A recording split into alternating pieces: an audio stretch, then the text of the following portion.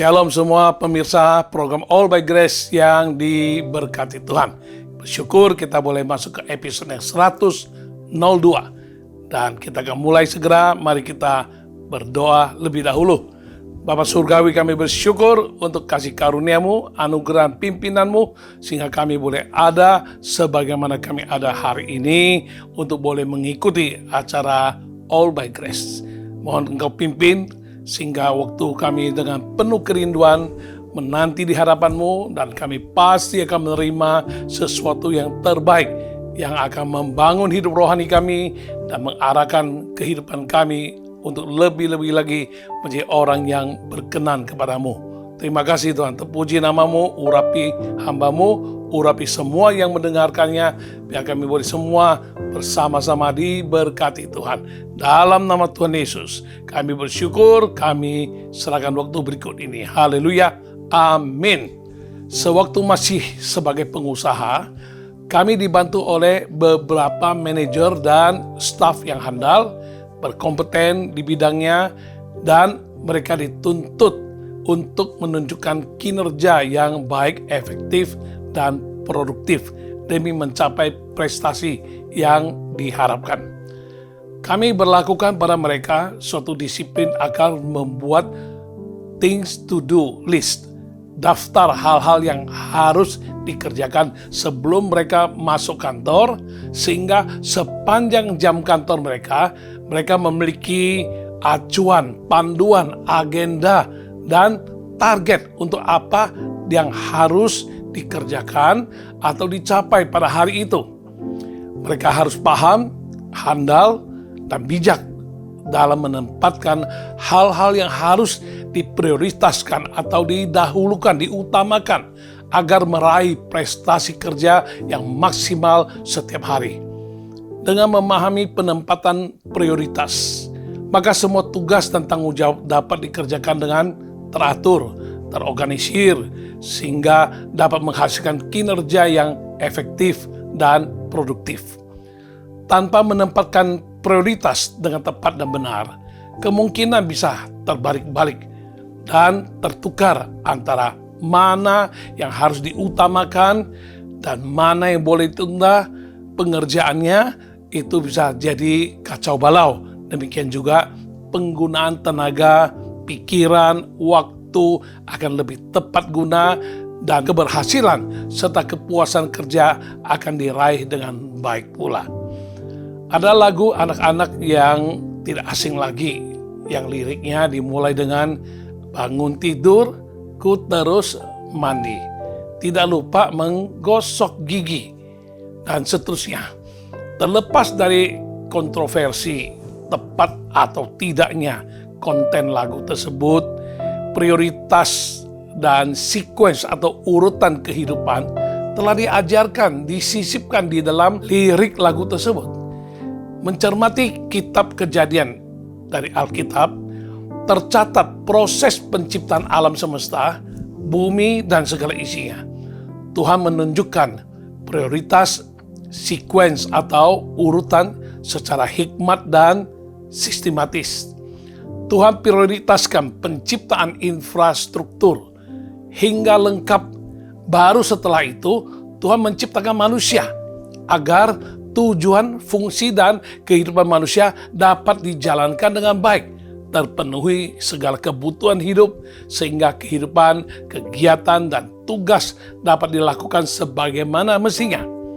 Jika tanpa prioritas sedemikian, sulit bagi manusia untuk dapat mempertahankan hidup.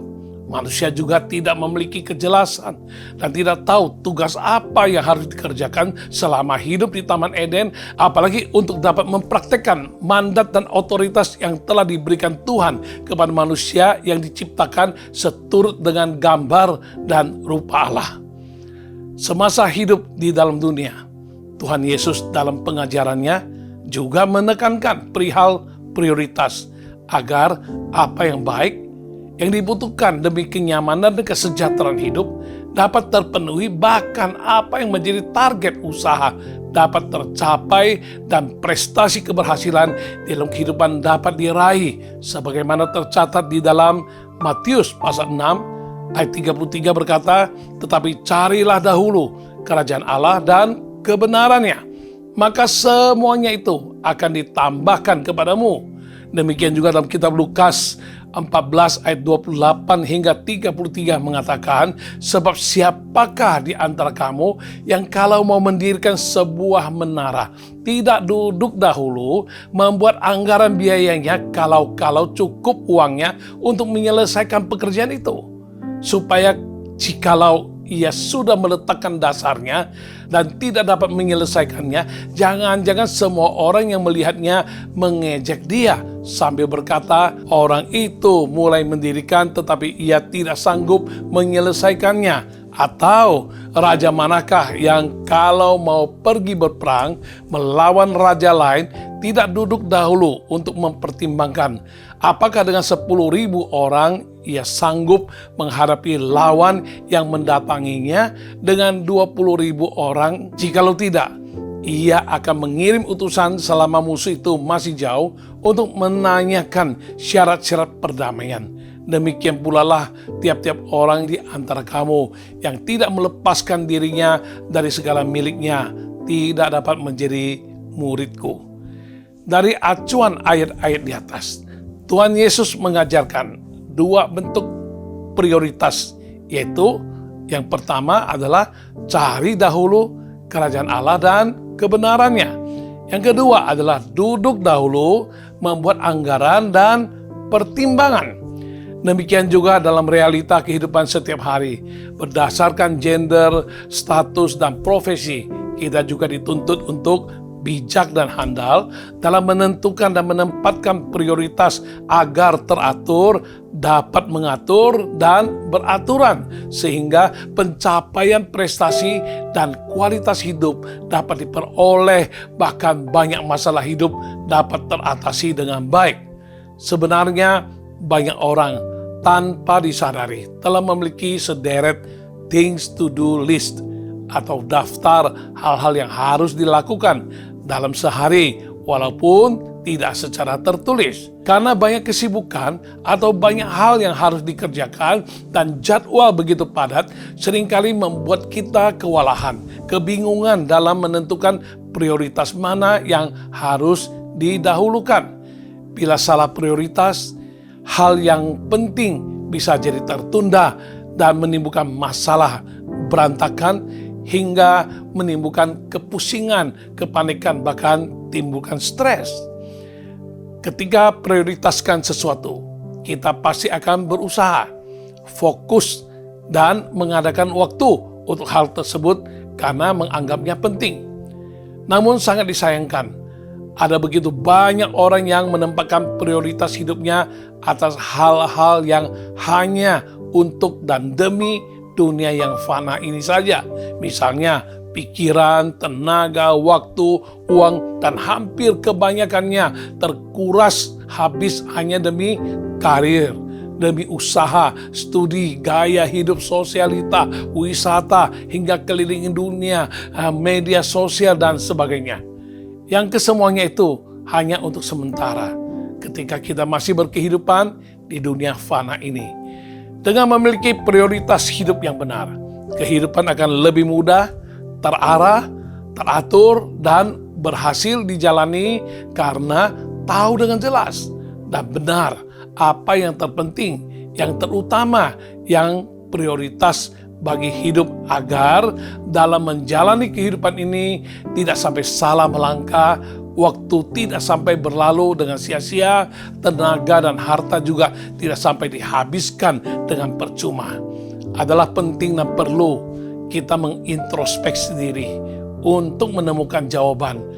Untuk apa berjerih lelah selama ini? Untuk apa waktu dan uang yang dihabiskan selama ini?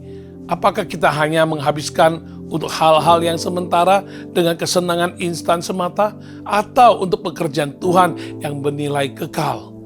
3 bulan yang lalu, tepatnya 1 Februari, salah satu hamba Tuhan yang juga menjadi pembicara program All by Grace telah dipanggil pulang ke rumah Bapa di sorga.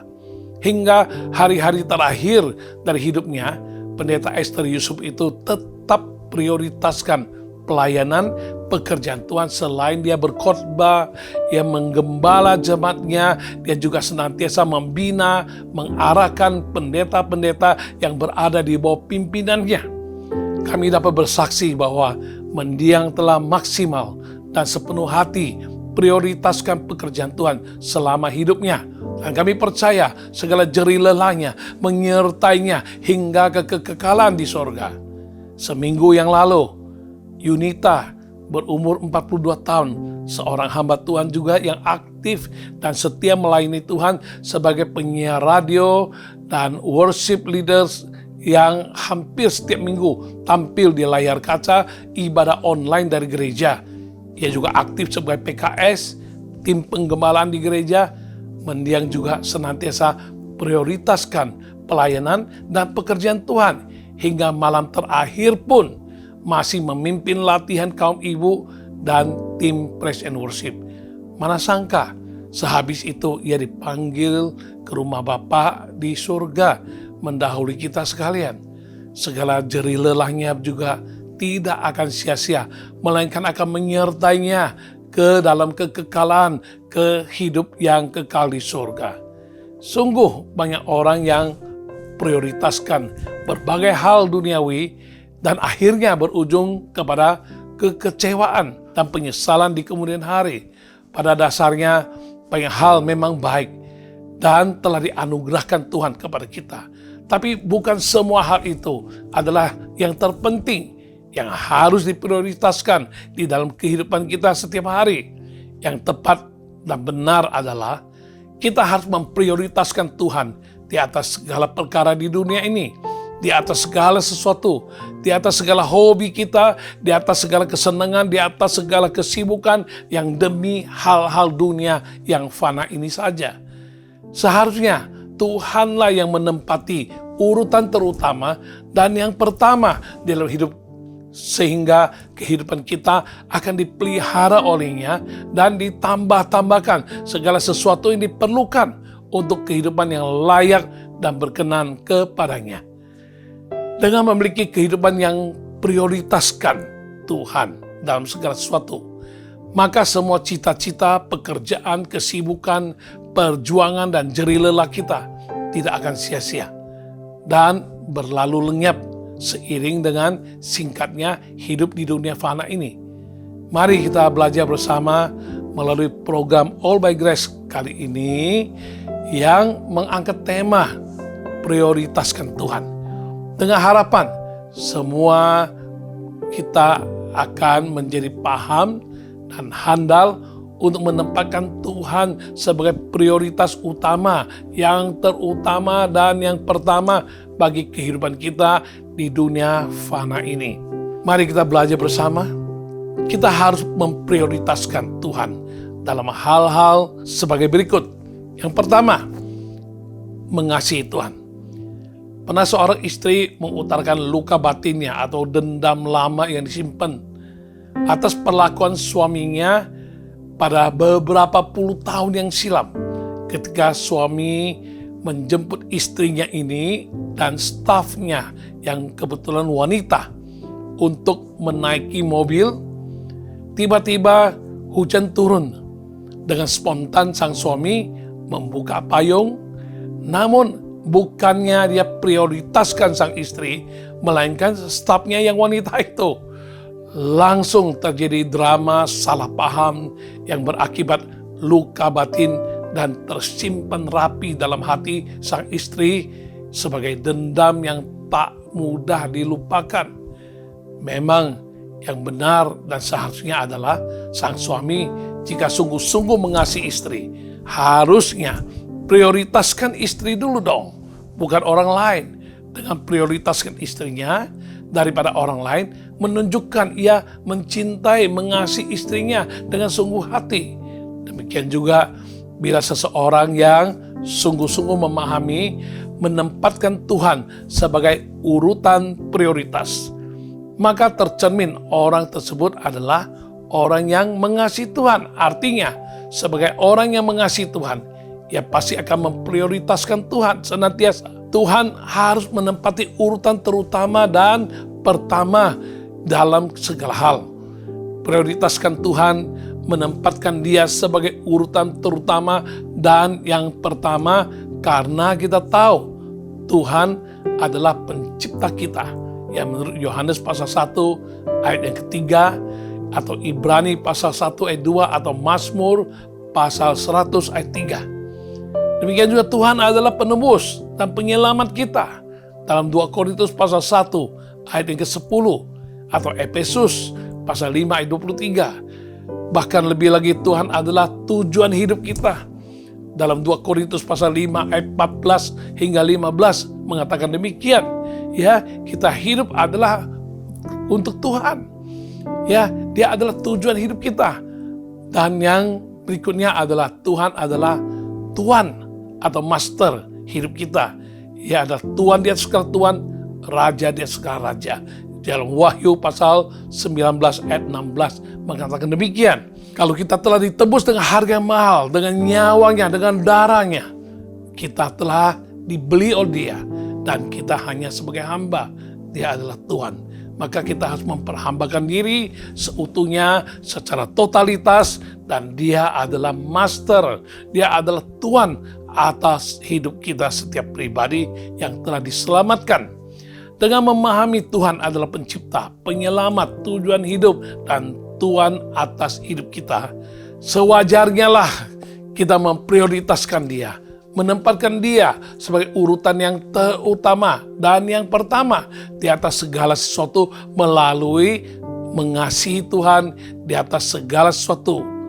Relasi kasih kepada Tuhan sudah seharusnya menjadi prioritas bagi setiap orang percaya, seperti tertuang dalam hukum yang terutama dan yang pertama yang tercatat dalam Injil Matius pasal 22 ayat yang 36 hingga 38 mengatakan, "Guru, hukum manakah yang terutama dalam hukum Taurat?" Jawab Yesus kepadanya, "Kasihilah Tuhan Allahmu dengan segenap hatimu, dan dengan segenap jiwamu, dan dengan segenap akal budimu. Itulah hukum yang terutama dan yang pertama." Hukum yang terutama dan yang pertama adalah mengasihi Tuhan dengan menomorsatukan Tuhan, prioritaskan atau utamakan Tuhan di atas segala sesuatu. Dalam kehidupan sehari-hari banyak sekali hal-hal yang harus kita kerjakan, dan itu menuntut perhatian serta waktu kita, seperti keluarga, pendidikan, pekerjaan, usaha, hobi, dan lain sebagainya. Walau demikian, kenyataannya Tuhan tetap harus menjadi yang terutama dan yang pertama dalam kehidupan kita sebagai orang percaya. Bila kita sungguh-sungguh prioritaskan Tuhan, bisa diketahui dari cara dan bagaimana dan demi apa kita menggunakan waktu yang ada, yang kita lalui setiap hari.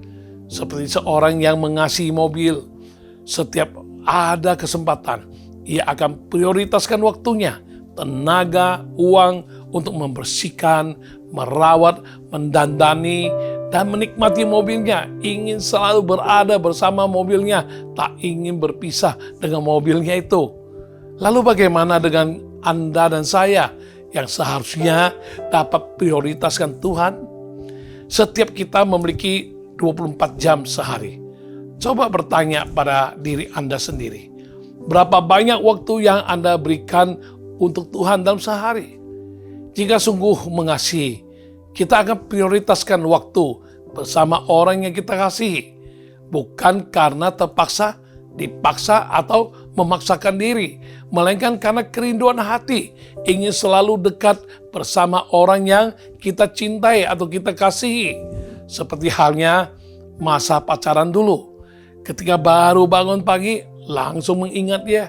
Siang hari tidak lupa untuk mengontak telepon walaupun sekedar untuk ingatin, ayo makan siang belum. Saat pulang kerja, berusaha sebisa mungkin sempatkan diri untuk bertemu, untuk ngobrol, atau sekedar melalui telepon.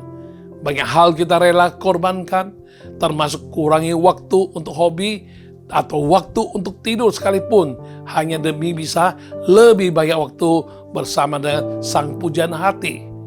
Yang perlu dipertanyakan adalah, Adakah kita juga bersikap demikian terhadap Tuhan? Sering kita dengar keluhan orang-orang yang merasa tidak punya waktu bersaat teduh, ya, tidak punya waktu untuk baca firman Tuhan, bahkan tidak sempat berdoa karena terlalu sibuk.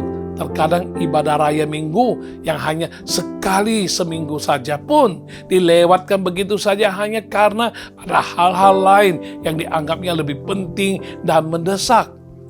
Tentu saja sikap demikian menunjukkan ia tidak memprioritaskan Tuhan dalam kehidupannya. Padahal sungguh tidak adil.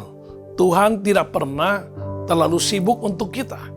Sekalipun dia harus menaungi, mengatur, memelihara, menjaga segala sesuatu alam semesta yang diciptakannya. Namun, Tuhan selalu tersedia waktu untuk mendengarkan keluhan kita, menjawab doa kita, menemani, menghibur, menguatkan, serta menolong kita saat kita membutuhkan. Semua karena Tuhan sangat mengasihi kita sehingga selalu saja ada waktu bagi anak-anaknya, engkau dan saya yang dikasihi oleh Tuhan. Lalu bagaimana dengan kita? Jika masih ada waktu untuk bersosial media, masa tidak bisa adakan waktu untuk berbicara dengan Tuhan? Bila masih ada waktu untuk bersenda gurau dengan orang lain, masa tidak bisa adakan waktu untuk berdoa dan belajar mengenal hati Tuhan, belajar firman Tuhan? Bila masih ada waktu untuk jalan-jalan dan menikmati hidup, masa tidak bisa adakan waktu untuk beribadah dan menyenangkan hati Tuhan, memuliakan nama Tuhan? Sesungguhnya bagaimana kita menghabiskan waktu dan uang kita, itu pula menunjukkan apa dan di mana prioritas hidup kita yang sebenarnya. Apakah kita sudah prioritaskan Tuhan di atas segala sesuatu? Atau kita lebih sering berkompromi terhadap hal-hal duniawi karena menganggap hal-hal rohani tidak real, tidak penting? Ingatlah, Tuhan Yesus mengajar dan peringatkan kita seperti yang tertulis dalam Matius pasal 6 ayat 24 mengatakan, tak seorang pun dapat mengabdi kepada dua tuan, karena jika demikian ia akan membenci yang seorang dan mengasihi yang lain, atau ia akan setia kepada yang seorang dan tidak mengindahkan yang lain. Kamu tidak dapat mengabdi kepada Allah dan kepada Mammon. Memang banyak hal dalam kehidupan di dunia ini adalah penting, tapi tidak satu hal pun yang boleh dianggap lebih penting daripada Tuhan. Jangan hanya karena perkara duniawi, karena takut dan khawatir terhadap suatu hal dan hal lain, sehingga kita lebih mengandalkan pengertian kita sendiri, lalu meninggalkan ibadah dan segala perkara-perkara rohani hanya demi mencari kenikmatan dan hal-hal duniawi yang sesaat itu. Sekalipun kita mampu mendapatkan segala kemewahan dan kenyamanan di dunia ini, namun semuanya itu tidaklah bernilai kekal. Dengan mudah bisa berubah, bahkan melayang lenyap karena tidak ada jaminan yang pasti atas semuanya itu. Matius 16 ayat 26 berkata, apa gunanya seorang memperoleh seluruh dunia tetapi kehilangan nyawanya? Dan apakah yang dapat diberikannya sebagai ganti nyawanya?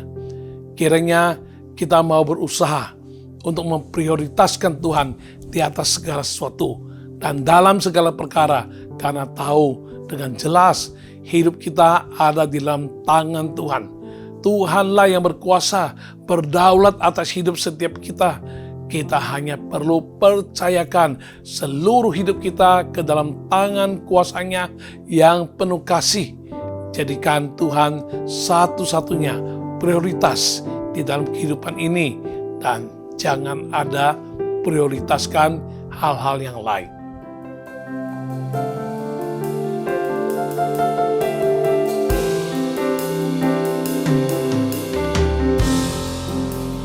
Lebih dari semua, lebih dari semua, ku cinta Kau Yesus, lebih dari semua.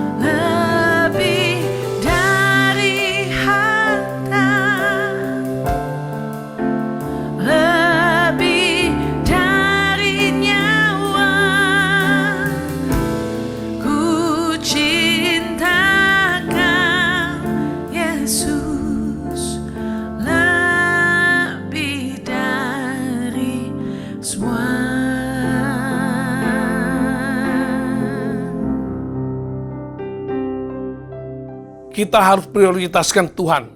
Dalam hal yang kedua adalah prioritaskan kehendak Tuhan. Adalah baik dan bijak jika Anda dan saya dapat mengasihi Tuhan senantiasa sebagai bentuk pencerminan sikap kita yang prioritaskan Tuhan di atas segala sesuatu di dalam hidup ini. Namun akan terlebih indah bila kita dapat prioritaskan kehendak Tuhan di atas segala kehendak diri. Sehingga kehendak Tuhan yang diutamakan, bukan sebaliknya kehendak diri yang dipentingkan. Berbicara tentang prioritaskan kehendak Tuhan, mungkin ada orang berargumentasi bahwa sebagai makhluk ciptaan Tuhan yang dilengkapi kehendak bebas, seharusnya wajar saja jika kita memiliki hak untuk memilih dan memiliki kehendak diri sendiri, terlepas dari apakah kehendak kita itu benar atau salah, tepat atau tidak, baik atau buruk. Apalagi setiap kehendak pasti akan diikuti pilihan yang akan berakibat dengan konsekuensinya. Bisa jadi mereka merasa kaku, dibatasi, terkekang, tidak tanggap, tersaingin, ketinggalan zaman, bahkan bisa jadi gagal untuk meraih impian yang secara kasat mata memang itu baik dan benar. Ada pula orang yang beralasan bahwa untuk mengetahui dan memahami, menerima, apalagi menaati kehendak Tuhan, itu merupakan suatu kesulitan yang besar dan tantangan yang sangat sukar dihadapi, apalagi menjalaninya. Padahal masalah paling mendasar adalah orang demikian merasa dirinya benar.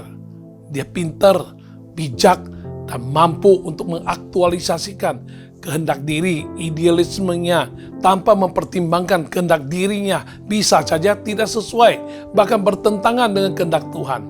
Justru hal demikianlah yang mengakibatkan tragedi kejatuhan dan terjerumusnya Hawa dan Adam ke dalam dosa, sehingga berakibat buruk dan kutuk terhadap kehidupan dan tujuan akhir hidup setiap insan manusia di seluruh dunia ini.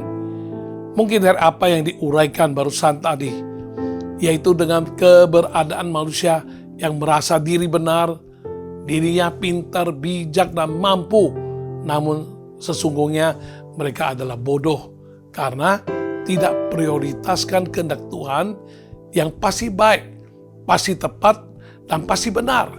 Tidak heran jika mereka tetap bersikuku untuk yakin, mempertahankan, berusaha, dan berjuang untuk kehendak dirinya sendiri tercapai. Sungguh merupakan kasih karunia Tuhan yang memberi pewahyuan kepada Paulus untuk menuliskan surat kepada jemaat Efesus yang sudah pasti berlaku juga untuk Anda dan saya.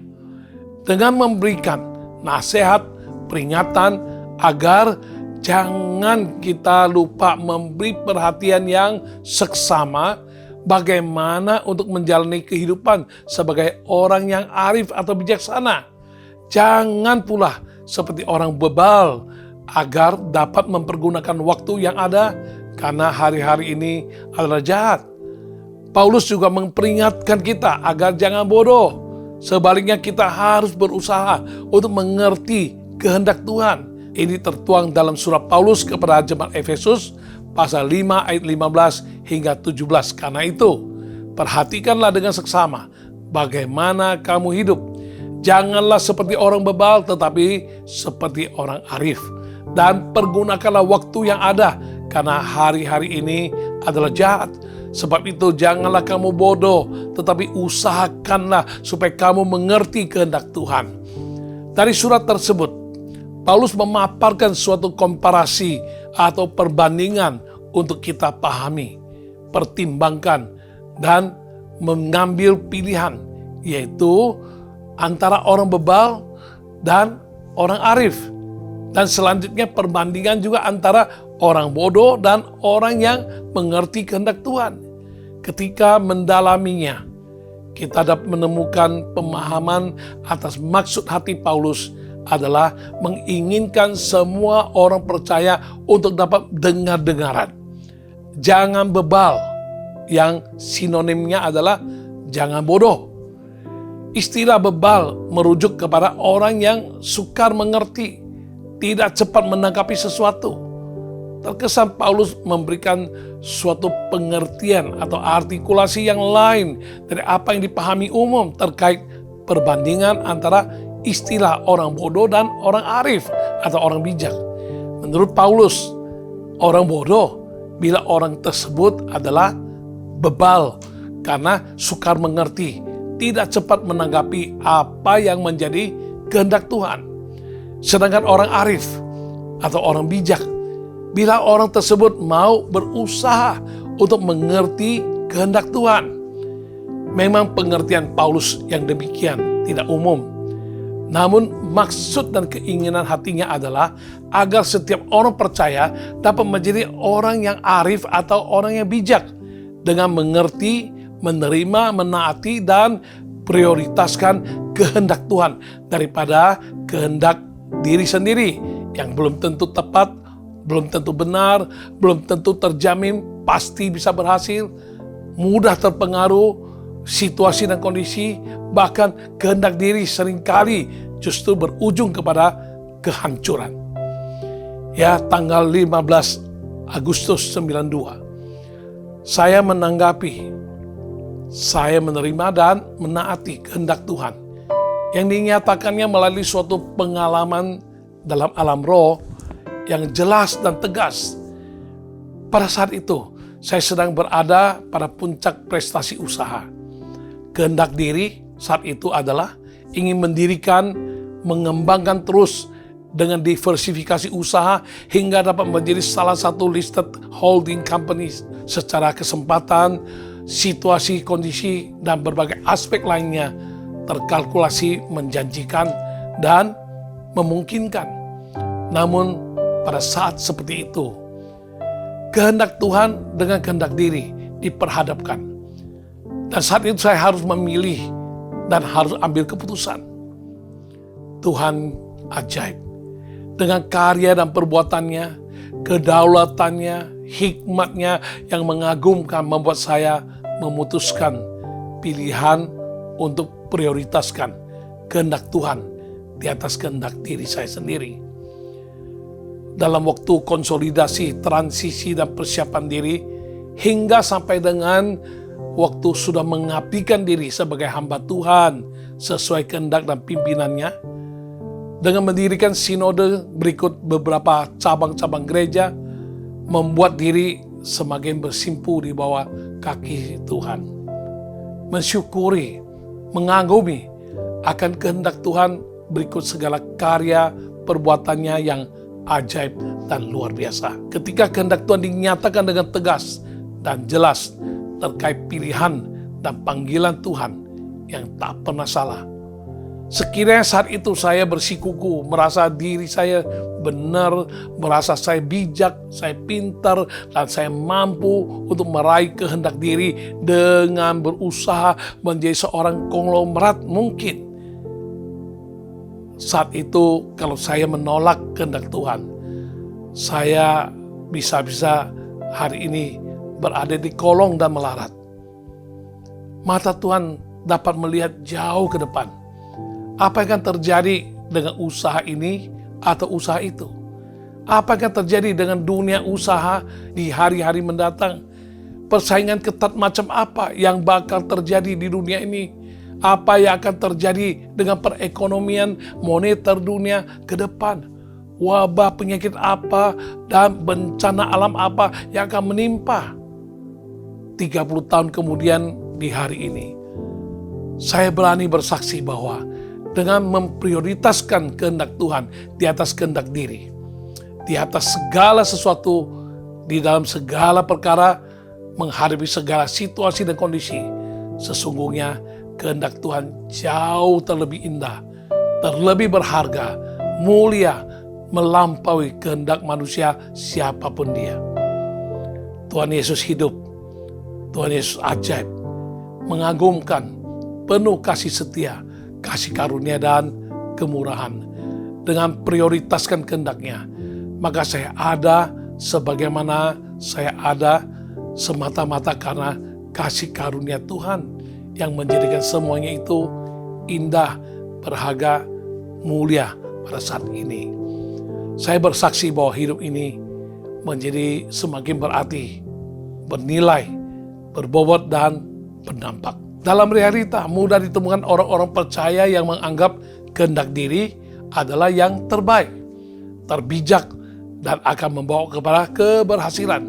Namun banyak kali justru karena kehendak diri yang dituruti, ditemukanlah mereka berakhir dalam keadaan buruk, terpuruk, bahkan ada yang sampai menjadi murtad, meninggalkan Tuhan hanya karena kenyataan yang dihadapi banyak yang bertolak belakang dengan harapan yang pernah ada dalam kehendak hatinya. Tuhan Yesus memberikan teladan dan pengajaran yang harusnya kita jadikan panutan.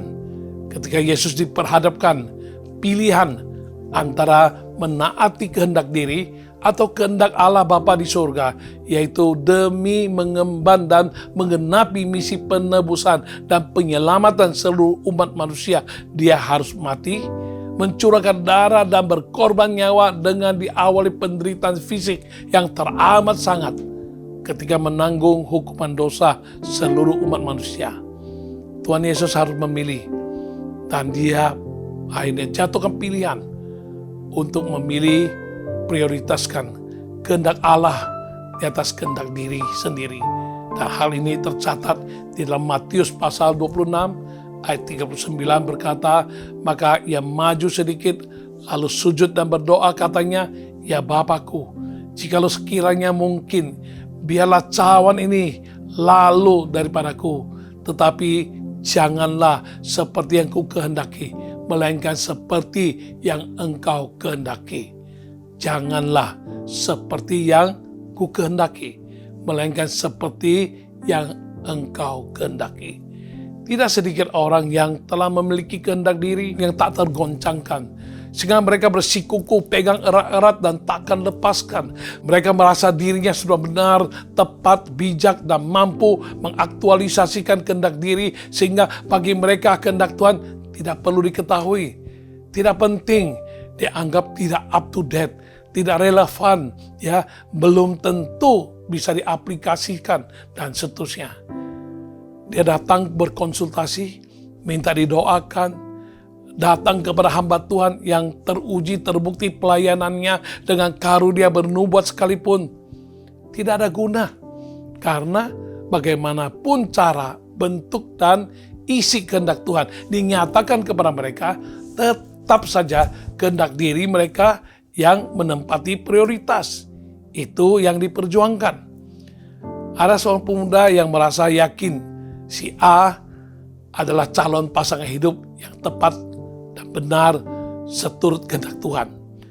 Maka didoakan macam apapun, oleh siapapun, sampai terjadi sesuatu yang bagaimanapun, ia tetap bersikukuh yakin si A adalah pasangan hidupnya sesuai dengan kehendak Tuhan.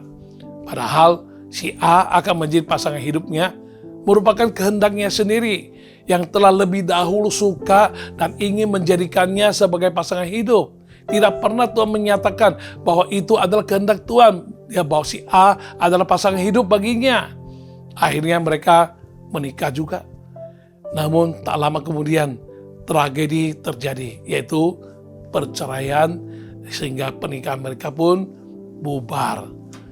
Ya, ketika kehendak Tuhan dinyatakan kepada seorang karyawan agar dia tetap bekerja di perusahaan tersebut demi proses karakter, maka karyawan tersebut bertekad untuk taat dan prioritaskan kehendak Tuhan di atas kehendak dirinya yang sesungguhnya sudah tidak pengen dan tidak betah bekerja di tempat itu dan ingin berhenti segera.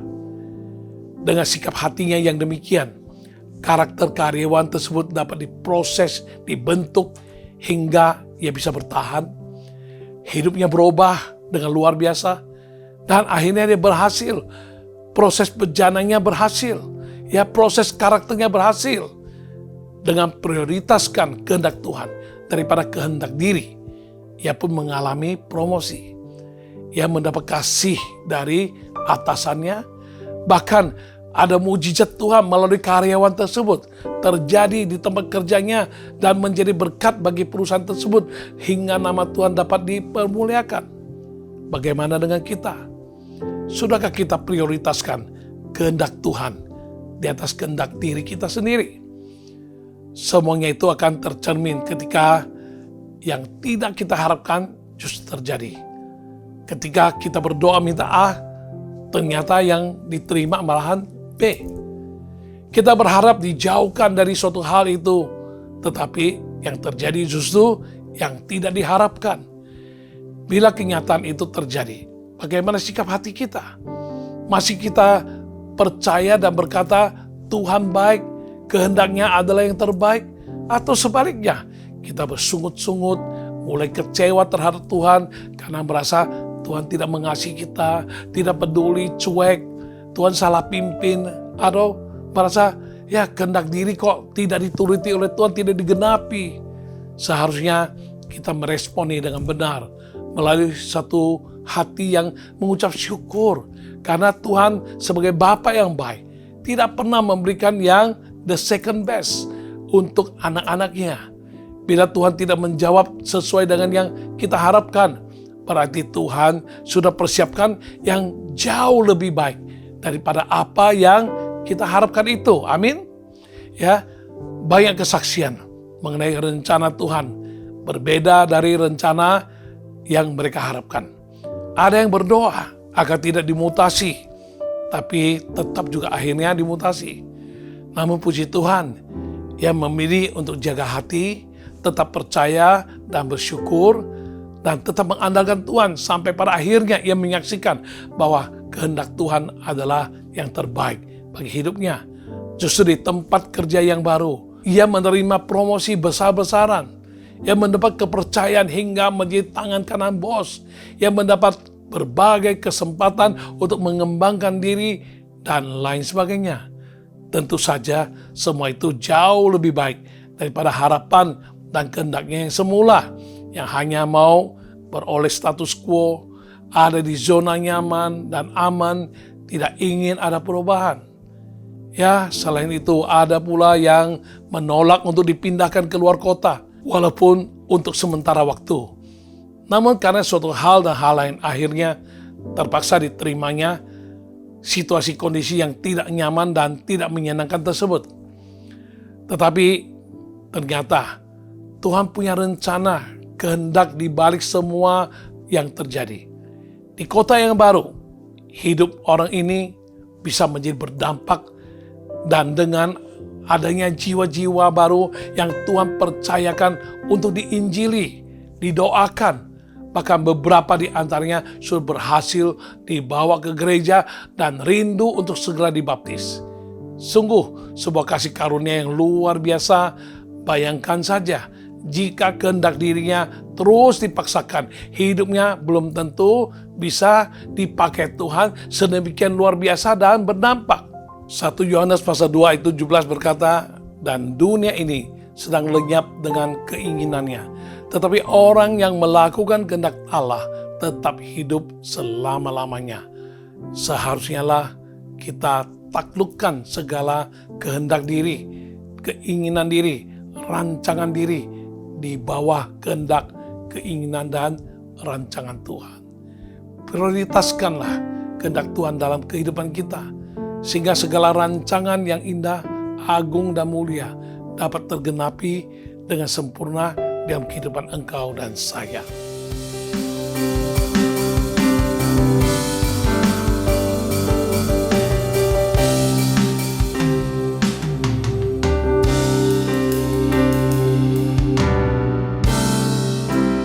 Kekuatan di jiwaku, ketenangan di batinku,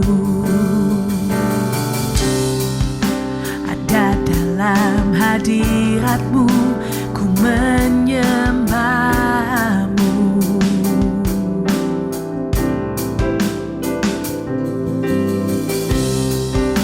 Bersungguhku di kaki-Mu,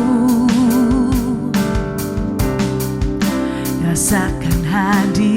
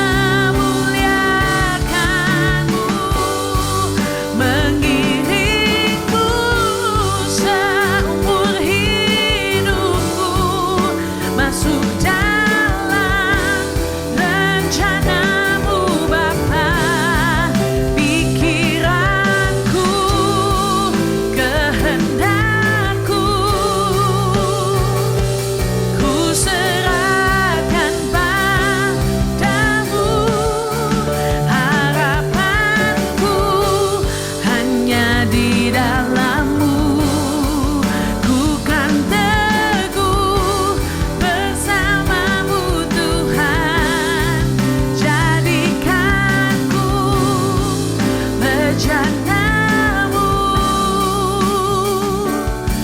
untuk memuliakanmu, untuk memuliakanmu.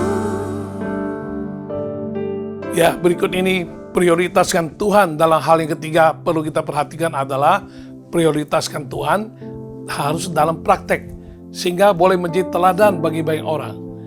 Harus pula dimengerti, prioritaskan Tuhan jangan sekedar teori atau tekad atau kerinduan hati, melainkan harus benar-benar dan jelas dan tercermin di dalam praktek melalui kehidupan sehingga dapat menjadi teladan bagi banyak orang. Sebagai anak-anak Tuhan, seharusnya kita sudah mengerti dengan jelas prioritaskan Tuhan di dalam segala sesuatu. Walaupun ada saja orang yang hanya jago berteori, menasihati teman, kerabat, atau keluarga agar mereka mengutamakan Tuhan, bukan dunia. Namun dalam praktik nyata, seringkali lain di mulut, lain pula di perbuatan. Ketika altar call di gereja saat beribadah, banyak orang yang mau berkomitmen untuk menjalani kehidupan yang mengutamakan Tuhan. Mau dekat-dekat dengan Tuhan, rela meninggalkan segala sesuatu, rela berkorban bagi Tuhan. Tetapi dalam kenyataannya, banyak dari mereka gagal merealisasikan komitmen mereka tersebut. Janji tinggal janji. Setelah selesai ibadah, mereka kembali lagi kepada dunia lama mereka dengan 1000 alasan yang selama ini telah menghalangi mereka untuk prioritaskan Tuhan.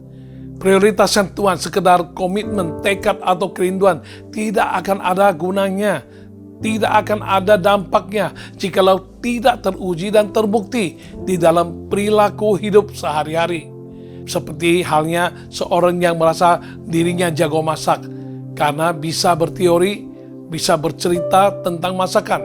Harus pakai bahan ini, panasnya demikian, tidak boleh begini, tidak boleh begitu, tetapi dalam praktek bisa jadi semua teorinya itu hanya pepesan kosong belaka. Karena teori yang dipahaminya dan dipercayainya itu tidak bisa dipraktekkan. Demikian pula dengan kehidupan kita yang telah berkomitmen untuk menempatkan Tuhan di posisi terutama dan yang pertama dalam hidup kita. Tidak berarti segala sesuatu pasti akan mudah. Seperti melintasi jalan bebas hambatan. Pasti berhasil untuk prioritaskan Tuhan dengan mengutamakan perkara rohani tanpa ada rintangan, tantangan, atau pergumulan. Justru seringkali kenyataannya tidaklah demikian. Ketika berkomitmen prioritaskan Tuhan, justru bisa saja menghadapi berbagai ujian atau rintangan dan tantangan yang menggiring kita kepada pilihan untuk terus prioritaskan Tuhan yang memang tidak mudah, atau kita berhenti karena merasa tidak mampu lagi, tampak seperti orang bodoh di mata dunia, atau pikiran-pikiran negatif yang lainnya. Misalkan saja Anda berkomitmen mau sungguh-sungguh persiapkan hati untuk beribadah, tidak mau asal datang saja, tidak mau datang terlambat, mau fokus sewaktu ibadah, pantang bolos beribadah, tetapi dalam kenyataan ada saja tantangan yang membuat kita menjadi sulit dalam mempertahankan komitmen kita. Karena tiba-tiba bisa aja anak kita rewel, jalanan lebih macet dari biasanya, pasangan bisa ngomel-ngomel, ada saja kendala yang mengakibatkan kita gagal untuk mempertahankan prioritas yang sudah kita buat. Ada pula yang rindu ingin menjadi terang di tengah keluarga yang belum percaya. Dia rindu bisa hidup memprioritaskan Tuhan dengan menjaga integritas dan senantiasa menunjukkan kesaksian hidup dalam tingkah lakunya. Akan tetapi, ketika diperhadapkan dengan realita yang tidak sesuai dengan harapan, dia lantas melupakan segala komitmen dan memilih untuk bersungut-sungut karena kecewa kepada Tuhan. Mungkin ada di antara kita yang pernah gagal pada awalnya. Namun janganlah menjadikan kegagalan itu sebagai alasan untuk berhenti mencoba dan berjuang lebih lagi. Dalam kitab 2 Tawarik pasal 15 ayat 7 berkata, tetapi kamu ini kuatkanlah hatimu, jangan lemah semangatmu, karena ada upah bagi usahamu. Janganlah menyerah. Sekalipun pernah berulang kali gagal atau merasa selama ini hanya obral janji kepada Tuhan, hanya pemberi harapan palsu alias PHP terhadap Tuhan. Jangan berpikir sedemikian. Kita baru akan gagal bila kita memilih untuk diam atau berhenti di dalam kegagalan itu, sehingga tidak mau lagi berjuang untuk prioritaskan atau mengutamakan Tuhan, malahan memilih untuk mengikuti arus dunia yang akan semakin menjerat kita dan menjerumuskan kita. Pada segala usaha kita, Tuhan lihat, Tuhan perhitungkan. Semua akan menjadi indah bagi yang mau terus berusaha, prioritaskan Tuhan. Walaupun tidak mudah, banyak tantangan, harus berkorban, namun di sanalah kita akan semakin terarah, terbentuk secara karakter, semakin matang secara rohani, dan akan semakin dimampukan Tuhan untuk melakukan perkara yang lebih dahsyat lagi. Dalam kitab Yesaya pasal 41 ayat 10 berkata, janganlah takut sebab aku menyertai engkau. Janganlah bimbang sebab aku ini Allahmu. Aku akan meneguhkan, bahkan akan menolong engkau. Aku akan memegang engkau dengan tangan kananku yang membawa kemenangan. Oleh karena itu, berusahalah untuk terus memprioritaskan Tuhan dalam praktek dimanapun, kapanpun, dan dalam situasi kondisi apapun. Karena Tuhan telah berjanji, Dia akan menyertai kita, meneguhkan dan menolong kita, sehingga kita dapat berhasil meraih kemenangan dan hidup yang berkenan bagi Tuhan, serta menjadi teladan bagi banyak orang. Disadari atau tidak, setiap orang pasti memiliki sesuatu yang dianggapnya terutama atau terpenting bagi hidupnya. Ada berbagai cara untuk mendeteksi apakah yang terpenting bagi hidup seseorang. Yang paling mudah adalah melalui fokus dan sudut pandang. Karena apa yang menjadi fokus menandakan apa yang dinilainya paling penting baginya. Contoh orang yang menganggap karir, pekerjaan atau usaha adalah terpenting bagi hidupnya, maka ia akan terfokus dan menempatkan karir, pekerjaan atau usaha menjadi prioritas utama dan yang pertama. Ia tidak akan kenal lelah, disebut workaholic, ya gila kerja, tetap saja dia mau berusaha, berjuang guna mengembangkan karirnya, pekerjaannya, dan usahanya agar bisa berhasil dan bisa beruntung. Sebaliknya, anak Tuhan yang menempatkan Tuhan menjadi prioritas terutama dan yang pertama di dalam hidupnya, sekalipun ditawarkan dengan janji promosi, naik jabatan, naik gaji dengan segala peningkatan fasilitas, namun ia harus mengorbankan waktu untuk beribadah, waktu bersaat teduh, atau kesempatan untuk melayani Tuhan. Ia rela tidak menerima, alias dia menolak tawaran itu, karena baginya Tuhan adalah yang terpenting, terutama, dan yang pertama yang harus diprioritaskan di dalam praktek nyata. Demikian juga dengan orang yang menjadikan Tuhan sebagai yang terpenting dalam kehidupannya. Orang tersebut akan menggunakan lensa ilahi dalam menilai segala sesuatu. Matanya akan selalu terfokus kepada Tuhan. Orang yang demikian akan meletakkan Tuhan sebagai pusat kehidupannya dan tidak pernah kehabisan alasan untuk bersyukur, memuji, dan menyembah Tuhan, karena dia menyadari bahwa segala sesuatu dalam hidupnya adalah karena kasih karunia Tuhan semata-mata. Inilah kehidupan yang prioritaskan Tuhan di dalam praktek, bukan sekedar teori. Bukan hanya di perkataan, namun nyata di dalam perbuatan, di dalam tindakan, dan di dalam kehidupannya sehari-hari. Sehingga nama Tuhan akan senantiasa ditinggikan, dimuliakan, dan baginya prioritas utamanya tetaplah Tuhan dalam menghadapi segala situasi kondisi, di segala waktu, di segala tempat. Prioritasnya tidak akan pernah bergeser, tidak akan pernah berubah. Tetaplah Tuhan yang akan tetap menjadi prioritas utama dalam kehidupannya, dan dia tetap dalam prakteknya akan menunjukkan bahwa kehendak Tuhan adalah yang terbaik. Dia prioritaskan juga, dan dia boleh hidup, boleh semakin berkenan kepada Tuhan. Kiranya Tuhan menolong kita sekalian. Bukan sekedar kita mendengar tentang prioritaskan Tuhan dalam hal mengasihi Dia, prioritaskan kehendaknya, dan dalam praktek. Namun kita harus mohon kepada Tuhan supaya kita sungguh-sungguh bisa menempatkan Tuhan pada posisi terutama dan yang pertama. Dia adalah prioritas bagi hidup kita. Dia adalah yang terpenting bagi hidup kita. Jangan letakkan yang lain menggantikan posisi Tuhan. Kiranya Tuhan menolong kita, dan mari kita berdoa bersama-sama.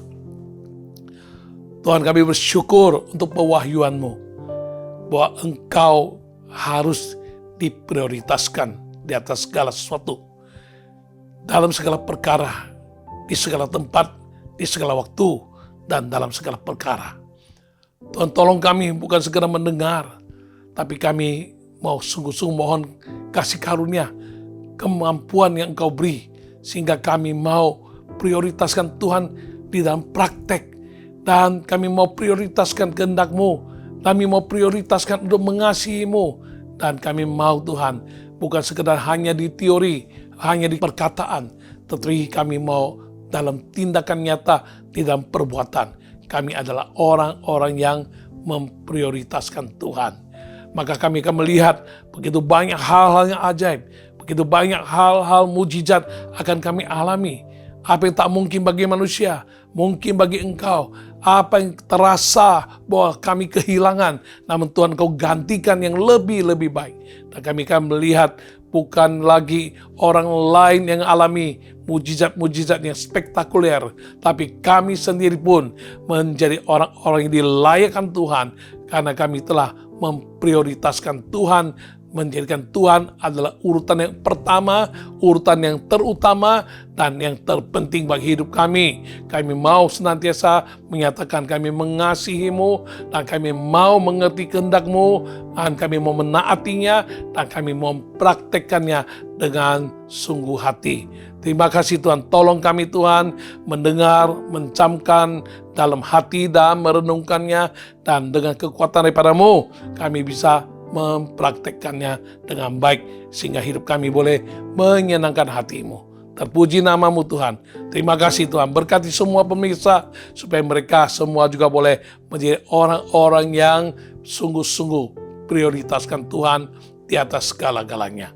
Dalam nama Tuhan Yesus kami bersyukur, kami berdoa. Haleluya, amin. Haleluya. Ya, saya berdoa untuk Anda yang sedang dalam pergumulan. Saat ini saya berdoa untuk Anda yang sedang mengalami tantangan, tidak mampu untuk membayar cicilan rumah, tidak mampu untuk membayar hutang lain yang begitu berat membebani hidupmu. Jangan patah semangat. Bagi manusia tidak mungkin, bagi Tuhan segala sesuatu adalah mungkin. Ya, percaya, kita akan melihat kemuliaan Tuhan. Bagaimana caranya Tuhan untuk membukakan jalan. Yang penting saat Dia menyatakan kehendaknya bagimu, prioritaskanlah kehendaknya. Pegang erat, jangan pakai kehendak diri, jangan pakai pengertian sendiri, tapi ikutilah kehendak Tuhan sekalipun terdengar, terkesan tidak masuk akal. Namun Tuhan bisa membuat segala sesuatu yang tidak mungkin, tidak masuk akal, akhirnya menjadi sesuatu yang menjadi mujizat bagi engkau yang percaya. Saat ini taruh dua tanganmu dan saudaramu, kita berdoa. Tuhan, hamba-Mu berdoa untuk dia yang sedang memikul beban berat dan tantangan yang sangat luar biasa mengenai cicilan rumah yang tidak mampu dibayar lagi, dan banyak hutang-hutang lain yang harus dibebani. Tuhan, kami tidak tahu bagaimana caranya Engkau buka jalan, namun kami percaya dengan sungguh. Kalau kami percaya, kami akan melihat kemuliaan Tuhan dinyatakan. Yang penting Tuhan, anak-anak-Mu jangan mempermalukan nama-Mu, melainkan mereka boleh mengalami kuasa, kasih, dan mujizat dalam nama Yesus. Dan mereka boleh mempermuliakan nama-Mu sebaliknya. Mereka boleh menjadi alat-Mu untuk memberitakan betapa Engkau Tuhan yang ajaib, Tuhan yang hidup, Tuhan yang mendengar doa. Bagimu tidak ada yang mustahil. Karena ya Tuhan, bukakan jalan yang hidup, jalan yang baru, yang tak terduga oleh kami, sehingga kami boleh melihat tangan kasih dan kuasa-Mu yang luar biasa, senantiasa akan menolong kami, memegang tangan kanan kami, bahkan membawa kami kepada kemenangan. Di dalam nama Tuhan Yesus, kami terima jawaban doa. Haleluya. Amin. Ya, saya berdoa untuk Anda yang mengalami benjolan di bagian dada Anda. Ini adalah pada wanita. Anda saat ini tumpang tangan sendiri di atas benjolan tersebut. Karena sudah mendengar banyak dari benjolan, akhirnya begini, akhirnya begitu, dan menjadi suatu hal yang fatal. Dan engkau tidak ingin hal itu terjadi pada dirimu. Saat ini alami mujizat. Taruh tanganmu di atas tempat benjolan dan berdoa sama-sama. Dalam nama Yesus, aku berdoa dalam nama Yesus. Aku kutuk dan aku cabut semua benjolan yang pernah dan sedang ada di atas dadanya, di dalam nama Yesus. Kempes dalam nama Yesus. Benjolannya hilang. Dalam nama Yesus, Tuhan Yesus sembuhkan. Lakukan mujizat ya Tuhan. Kemuliaan-Mu dinyatakan. Kasihani dia. Dalam nama Tuhan Yesus. Terima mujizat. Haleluya. Amin. Anda yang sedang terserang virus, disinyalir dan dites antigen, Anda positif terkena lagi ya virus varian terbaru, dan Anda sedang demam, batuk-batuk, suara serak, bahkan hilang suaranya. Saat ini berdoa, tumpang tangan di atas tenggorokanmu, di batang lehermu, dan kita berdoa dalam nama Yesus saat ini. Bagi yang mengalami terserang oleh virus varian baru sejenis COVID yang membuat dia demam, batuk, sakit, bahkan suaranya hilang dan sering terganggu tenggorokannya. Saat ini kami berdoa dalam nama Yesus, segala serangan virus ini kami cabut dalam nama Yesus hingga ke akar-akarnya, sehingga tidak akan ada simptom gejala-gejala yang semakin buruk mengganggu kesehatannya, dan segera pulih dalam nama Yesus. Jadi pulih dalam nama Yesus, sembuh dalam nama Yesus. Tuhan Yesus sembuhkan, Tuhan Yesus sembuhkan. Yesus ajaib, luar biasa, perkasa, dan tidak mustahil. Dalam nama Yesus, terima kesembuhan. Haleluya. Amin. Haleluya. Saya doakan untuk Anda yang sedang terganggu sakit lambung, sedang kumat sakit emahnya. Aduh, taruh tanganmu di atas lambung dan atau bagian perutmu. Saat ini kita berdoa dalam nama Yesus. Sakit emah, lambung yang kronis, yang saat ini sedang kumat, sedang dia derita sakit, di dalam nama Yesus sembuh. Tuhan Yesus hentikan sakit emahnya. Sembuh saat ini juga. Yesus sembuhkan. Tuhan Yesus sembuhkan. Haleluya. Amin. Haleluya. Oke, saat ini kita sama-sama bahwa semua pergumulan hidup, masalah-masalah ataupun kerinduan-kerinduan dan segala apa yang engkau gumulin selama ini dalam doa. Mari kita sama-sama berdoa, sehati, sepakat, dan kita lihat kemuliaan Tuhan dinyatakan. Mari kita berdoa, taruh dua tanganmu di dada, dan serahkan pergumulan dan kerinduanmu, masalahmu kepada Tuhan. Tuhan, kami berdoa dengan sehati dengan para pemirsa yang sedang menderita, mengalami berbagai macam pergumulan, masalah, dan segala tantangan maupun Tuhan, segala kerinduan-kerinduan hati. baik itu masalah ekonomi, baik soal keuangan, baik soal pekerjaan, baik soal pasangan hidup, baik soal mendapatkan keturunan, baik soal jodoh, dan juga masalah pekerjaan, masalah masa depan, dan sebagainya. Bahkan soal sakit penyakit yang tidak sempat disebutkan satu persatu, dan juga ada yang bergumul untuk kesembuhan bagi keluarganya, orang tuanya. Saat ini kami berdoa, dia sedang menyerahkan masalahnya kepadamu, dan kami sepakat berdoa bersamanya dengan sehati, karena kami pegang janjimu, bila dua orang sepakat dalam nama Yesus kami minta, Tuhan kau jawab, dan Tuhan jawab. Tuhan sembuhkan dan bukakan jalan yang hidup dan yang baru, yang luar biasa. Dan kami akan lihat kemuliaan Tuhan dinyatakan, karena kau yang berjanji, jika kami percaya, kami akan melihat kemuliaan Allah dinyatakan. Dalam nama Tuhan Yesus kami bersyukur, kami terima mujizat dalam nama Tuhan Yesus. Haleluya. Dan akhirnya kami mau tutup acara All by Grace kali ini, dan kami kembalikan segala kemuliaan hanya bagi nama Tuhan Yesus Kristus yang telah memulai dan memimpin hingga saat ini program All by Grace ini. Kami serahkan semua pemirsa yang setia dalam tangan kasih dan kuasa-Mu, Engkau pimpin dan Engkau sertai. Terima kasih Tuhan, terpuji nama-Mu Tuhan, dan kami akan terima berkat daripada-Mu. Mari umat Tuhan buka tanganmu, tadakan, dan buka hatimu. Terimalah berkat Tuhan. Kiranya kasih setia dari Allah Bapa yang tak pernah berkesudahan, damai sejahtera dari Tuhan Yesus Kristus, bahkan kuasa Roh Kudus yang ajaib dengan pewahyuan kebenaran yang senantiasa nyata bagi hidupmu akan memimpinmu mulai hari ini menjadi berkat bagimu, mewarnai kehidupanmu sampai Maranatha, sampai Tuhan Yesus datang kembali kedua kali. Semua yang percaya dan telah terima berkat Tuhan di dalam nama Yesus, mari kita katakan bersama-sama, amin, haleluya. Dengan demikian kita akhiri program All by Grace 102, dan kita berjumpa kembali di Jumat mendatang dalam program All by Grace 103. Tuhan Yesus memberkati kita semua. Shalom, haleluya. Tuhanlah kekuatan dan mazmurku, Dia gunung batu dan keselamatanku. Hanya padamu hatiku percaya, Kaulah menara dan kota perlindungan. Ku mau selalu bersyukur, sebab cintamu padaku takkan pernah berubah.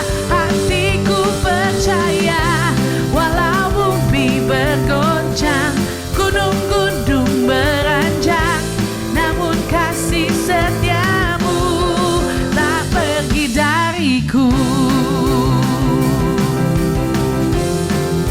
Oh, takkan pergi dariku.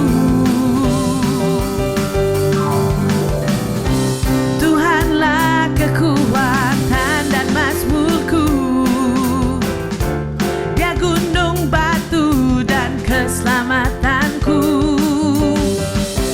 Hanya padamu hatiku percaya,